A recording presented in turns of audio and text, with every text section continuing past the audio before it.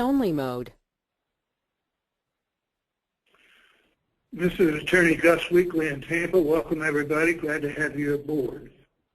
I practice health law mostly in the license acquisition and defense area, as we talked about in the last seminar, and also do hospital privilege work and personal counsel to protect the personal assets of malpractice defendants.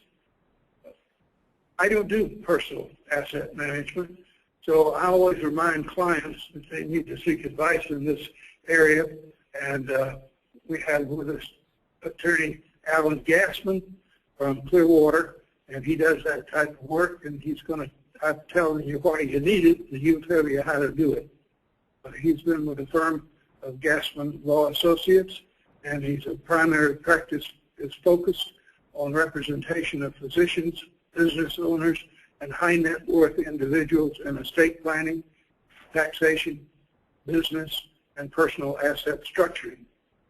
Mr. Gassman has a law degree and a Master of Law in Taxation from the University of Florida and a business degree from Rollins College.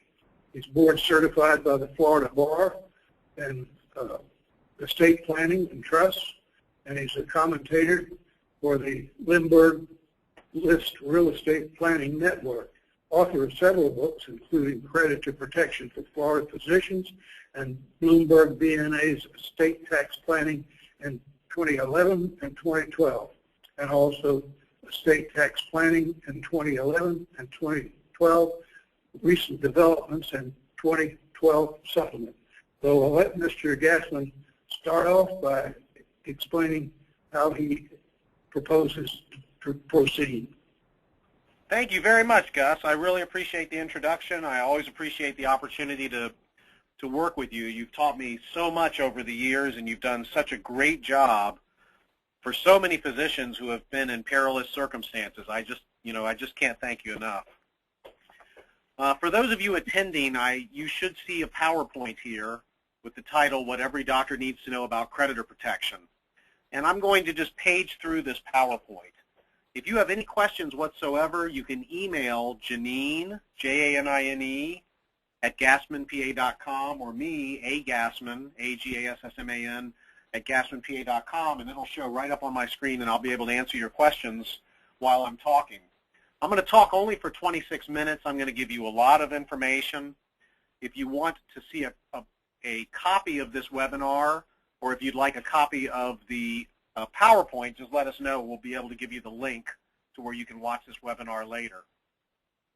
Okay, also, if you are interested in buying the book, Creditor Protection for Florida Physicians, I can make you such a good deal on it. Or our new books on advertising law for physicians and the prescription controlled substance and pain medicine laws. And then a new one we just came out with is the Guide to the 2013 Income Tax Increases. A lot of doctors are going to have to do a lot of budgeting, because if these new tax increases go in, there's going to be a lot of money going out to the IRS. We've got a list of our webinars that you can find on our website. We have a table of contents for today's presentation. And let me just start by saying so many doctors tell me, oh, they'll just settle for my limits of liability, won't they? I'll just buy a $250, $750 policy. I'm not going to worry about anything. And they always settle for your limits. All you have to do is go to the Tampa Times,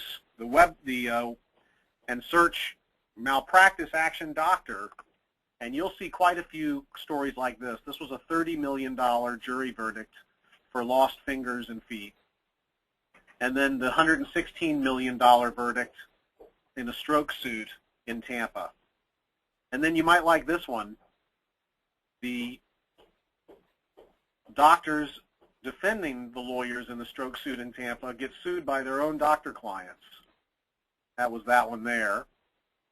And then doctor kills self after malpractice verdict. This was a Tampa physician, had to hear the jury award $1 million against him, went home and hung himself. So let's not take this lightly. Let's make sure we get this creditor protection done. And remember, it wasn't raining when Noah built the ark. You can come to me at the last minute, and I might be able to help you. But I can help you a lot more and better if you come to me much earlier. Okay, now, here's your cram sheet. Here's your cheat sheet. Here's your creditor protected assets. You've got your homestead, up to ½ an acre within the city limits. Oops, sorry about that. If you live on more than an acre, you need to decide what to do about it, because only ½ an acre is protected under the homestead rules. But you also do have down here tenancy by the entireties. So my wife and I own our home. It's more than ½ an acre, but we own it as tenants by the entireties. So if someone gets a judgment against me, they can't touch the home, mainly because it's tenants by the entireties, not because of the homestead protection. Then your IRA is protected as long as you don't do anything crazy or wrong with it. A lot of people put their IRA money into rented houses and they don't follow the formalities, and they could lose their IRAs for doing things like that to creditors. 401ks are creditor proof. Your permanent life insurance is creditor proof if you own it and it's on your life.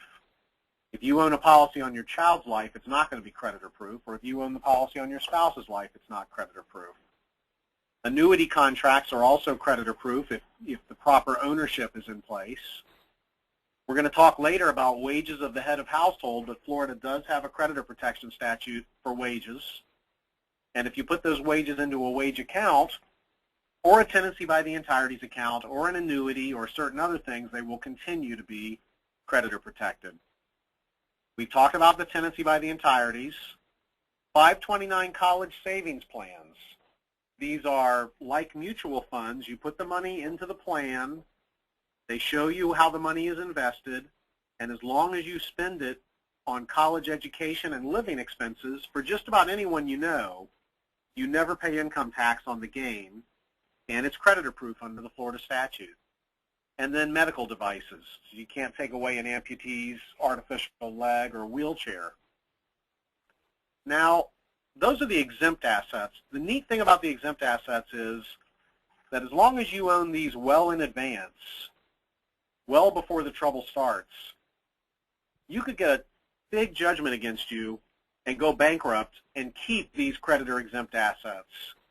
So they are the best type of assets to own from a creditor protection standpoint. Now, there's other assets that are hard for creditors to get hold of. And what I sometimes tell clients is that we want to make you into a porcupine. We can't necessarily protect everything you have from creditors because you don't want to necessarily own everything only on this list of exempt assets. But if a creditor would have a hard time getting into the assets that are not otherwise protected, they're normally much more inclined to settle at limits of liability or with a small monetary payment.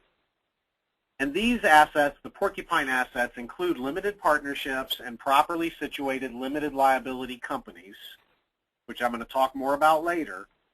These are only going to be difficult for a creditor to reach into if they are set up properly. And 80% of the ones I see have problems. And 100% of the ones that people set up for themselves or that accountants set up for people are not done properly. You want to have a properly established and documented limited partnership agreement or operating agreement.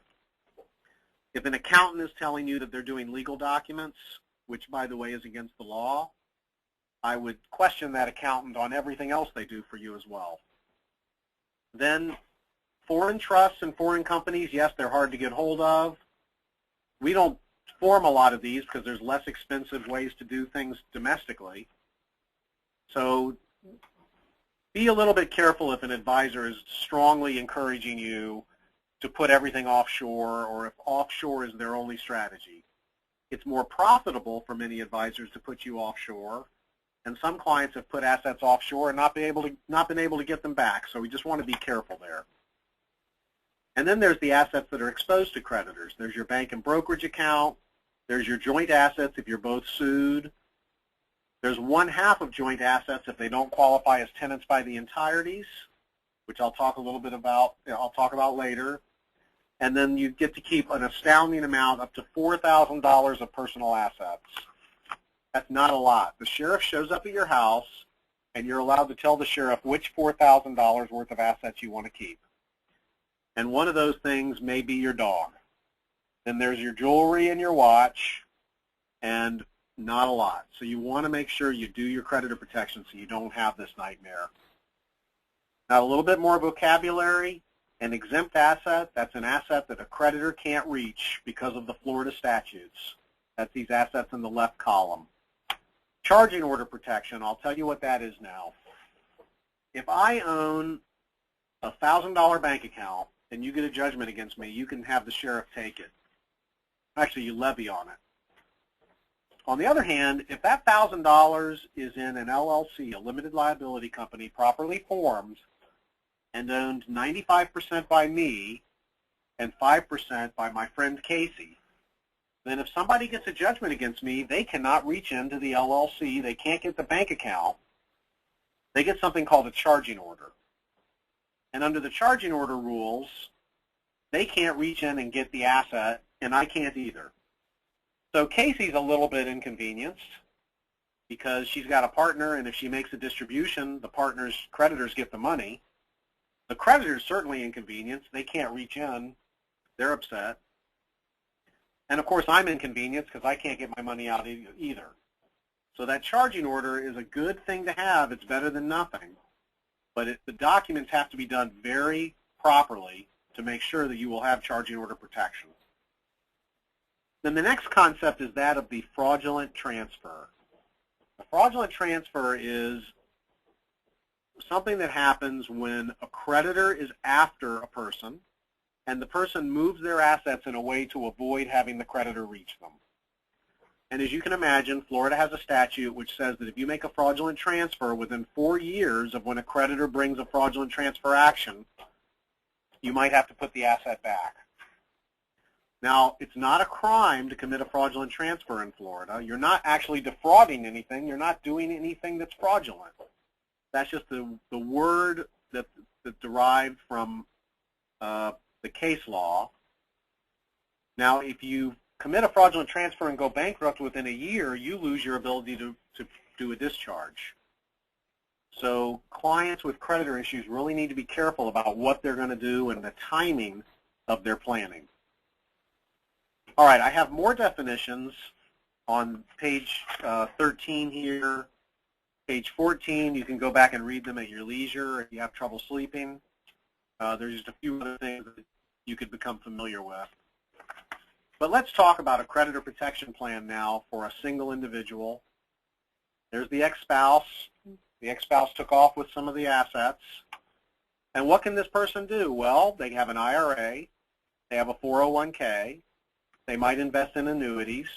They might have life insurance. They might have a wage account. They might have a 529 plan for their children or their girlfriend's children or their nieces and nephews. And by the way, even though you put the money into the 529 plan, you can spend it for yourself. They might have Gift to Minors Act accounts for their children. They might have a $4,000 car. Or they may have a car with a large car loan.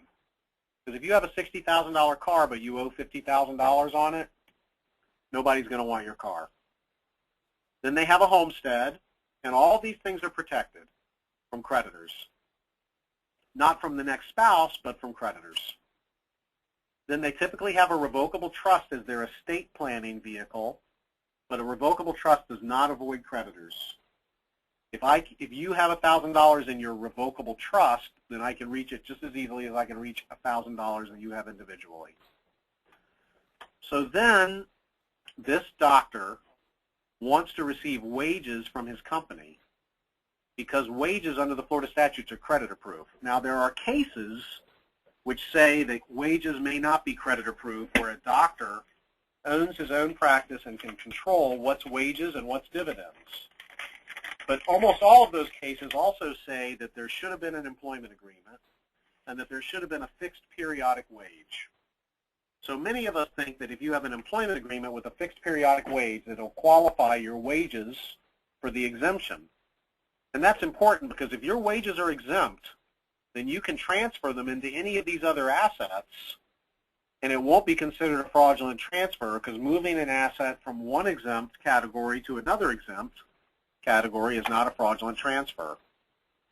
So for many clients, we have them live on their dividends. The dividends come out and you live on those, and then you bank your wages.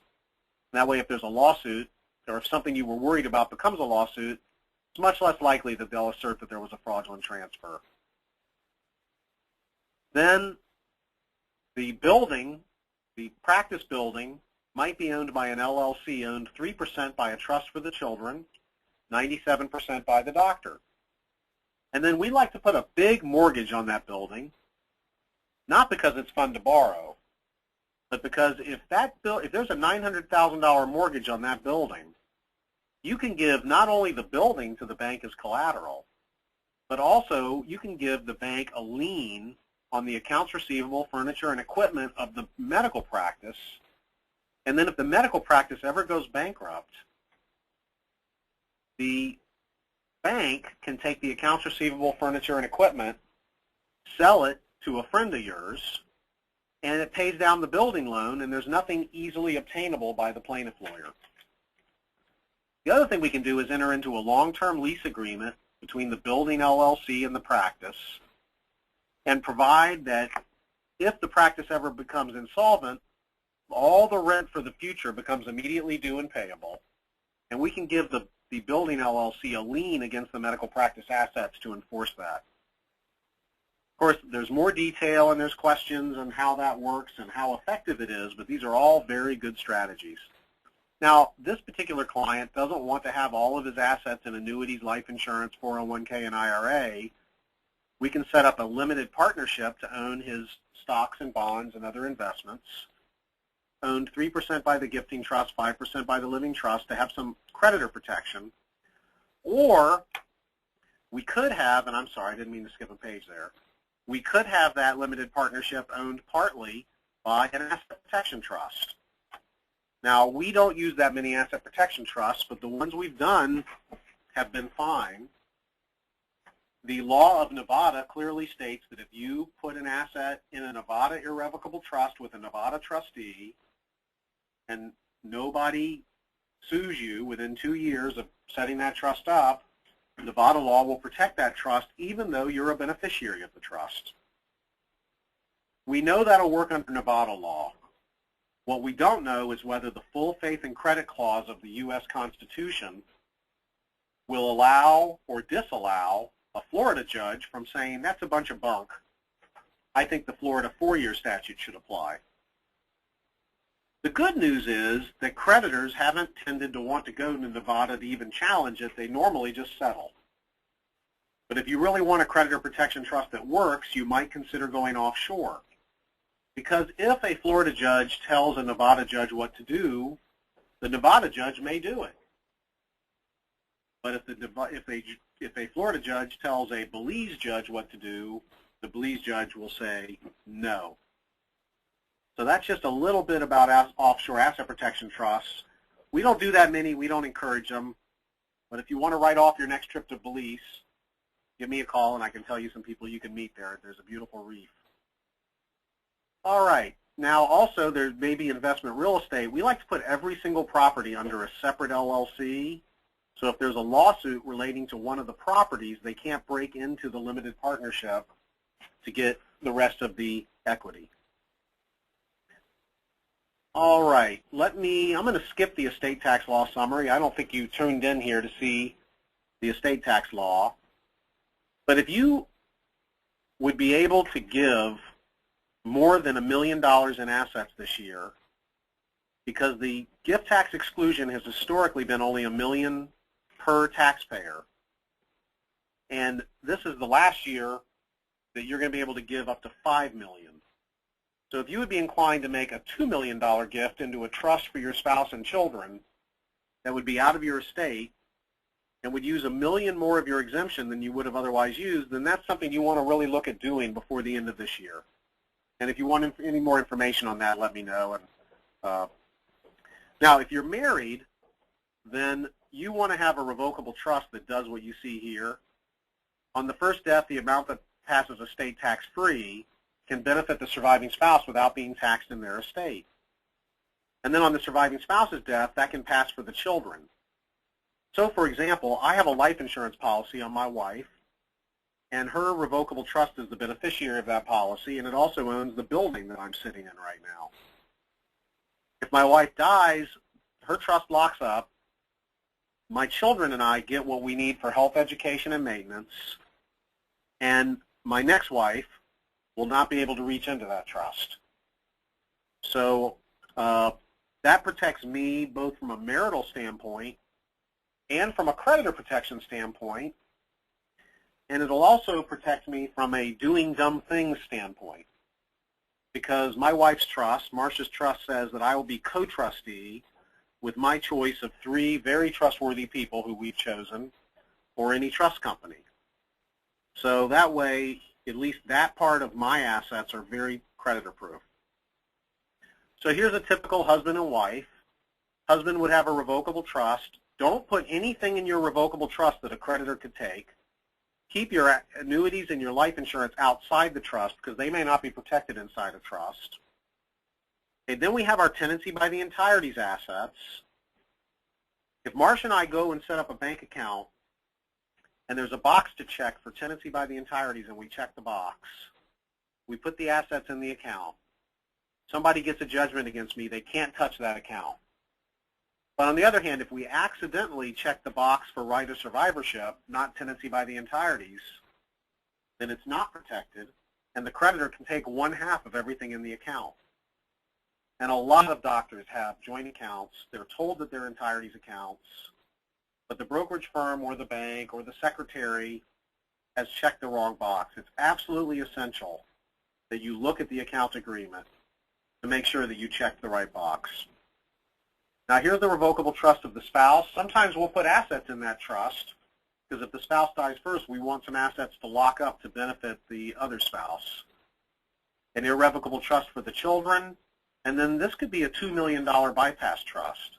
So in other words, this husband who's not used his $1 million gift allowance and would like to make use of it, this year he could actually gift $5,120,000 worth of assets into a trust where he controls who the trustee of is, and it's held for his wife's health, education, and maintenance. As long as he is nice to her, she'll probably be nice to him, and basically he can have support. Now, if this is an offshore asset protection trust, the husband could even be, or an Alaska or Nevada trust, the husband could even be a beneficiary, and according to the IRS rulings, that'll still be out of his estate for estate tax purposes. And then you see the next tier of assets where the tenancy by the entirety's ownership of limited partnership interests. There can be annual gifting of partnership interests, and this would be a very difficult situation for a creditor to penetrate. Let me say that the plaintiff lawyers, I get calls from plaintiff lawyers, not that often, but 3 to 4 times a year. They say, Alan, I know you represent Dr. Jones. I need you to send me an affidavit signed by Dr. Jones that all of his assets are protected, because I'm not going to settle this case until I have that, because I don't want to be sued for malpractice by my client if I settle for $250 and there's exposed assets. Now, sometimes those plaintiff lawyers ask me how long ago the assets were transferred. Sometimes they don't. Sometimes we get away with doing this at the last minute. Sometimes we can't. So try to get it done early rather than late. There's an article on 529 plans. If you have 529 plans in an upside-down position, you may want to get new 529 plans, and this article explains that. It's a Bloomberg V&A article. I'll be glad to send you if you like. Then, the charging order law. The Florida Supreme Court ruled in 2010 that you wouldn't have charging order for a multiple-member LLC, probably. The court was wrong, but courts make mistakes, and when the Supreme Court's wrong, they're right, and everyone else is wrong. Fortunately, the legislature changed the law to give us charging order. There's probably going to be a new LLC charging order statute next year. We don't know what it's going to say because the legislative committees are still arguing about it. So you'll want to stay somewhat posted with that. Something else I wanted to mention that's fitting into a lot of doctors' plans right now is if you have residential real estate that you're renting and you're having to use Citizens or one of the other substandard carriers, You may find that if you put the property in an LLC, they won't cover it. You may find that if you put the property in an irrevocable trust for liability insulation purposes, they will cover it. By the way, if you have a Citizens policy, typically Citizens has provided not only the casualty coverage, but also $300,000 liability coverage, and then your umbrella covers from $300,000 up to $5 million. Well, Citizens now, for new policies, and also when you renew, if you've renewed this month or any month thereafter, your liability coverage is dropping to only $100,000. So then if you have an umbrella, you have a gap between that $100,000 Citizens policy and the $300,000 level where the umbrella is going to start picking up. So you need to buy a $200,000 donut policy. We call it a donut policy. Do not forget to buy your donut policy, but nobody's selling them yet. But a company called RLI, R as in Roger, L as in Lisa, I as in idiot legislature, is going to be providing that coverage. So call your agent, get that lined up if you have a Citizens policy. I'm going to skip the 10-year gifting, but if you gift discounted limited partnership interest, you can get a lot of assets out of your estate. Now let's talk a little bit about income tax planning, because every doctor should understand this chart. If you have your own practice, you should understand your chart here and talk to your accountant about maximizing your pension contributions. Have you had an actuary look at what you can do creatively to get more than a standard boilerplate brokerage or bank plan? Can you pay your children? My children work in my practice. They earn what they get, and they're in a low tax bracket, so I'm delighted to pay them. Are you getting wages that go into a wage account? Do you realize your employment tax situation? Are the wages enough to maximize your pension plan? Dividends. Dividends are not subject to the Medicare tax, the 2.9% Medicare tax, which is going up to 3.8% next year. Are your dividends going to tenancy by the entireties? You could own your practice company as tenants by the entireties. A lot of doctors don't realize that. The doctor owns the practice individually, and then the dividends aren't protected. Think about putting your practice company on tenants by the entireties. Spouse on the payroll. Then you'll have more leverage over them if they don't do what you want them to do. You could fire them. Then rent. Rent is subject to a 7% sales tax, but if the rent is going tax deductible to a family limited partnership, that's a great deal for everybody. And then interest. Did you borrow money from anybody in the family? Can you pay them a high interest rate? So Gus, that covers, I think, a lot of the things that are going on right now, a lot of the main planning that doctors should have. I do have a guide to wages and wage accounts that's readable. I do have some information on malpractice insurance rates. You can shop around. It doesn't cost much more to have $1 million, $3 million, than to have $250,000, $750,000 in a lot of specialties. I'm a believer in more insurance rather than less insurance. And Gus, I'll turn it back to you now. Well, certainly, Alan, that's been informative, and many of these things that we've talked about, I've been able to work into my estate planning with your help. So I hope other people will look this over carefully and consider how to protect their assets, particularly from excess judgments that kind of triggered this whole thing, because the insurance company won't necessarily cover every penny of the loss. And thanks, everybody. And I guess, Alan, if you have any few words to sign off, we'll call it a day. Well, I think the main thing is if you got a lawsuit situation, call Gus quickly. Don't wait to call Gus. As soon as you know or have a concern that a particular patient file can be a problem, call Gus. Gus will tell you how to call your carrier. Guard that file with your life. Don't let a single page of that patient chart go anywhere beyond your control. And if you do the right things, you'll be like Noah in the ark. Everybody's fine. But if you've waited till the last minute or you don't follow these rules, you could have issues. Thanks very much, Gus.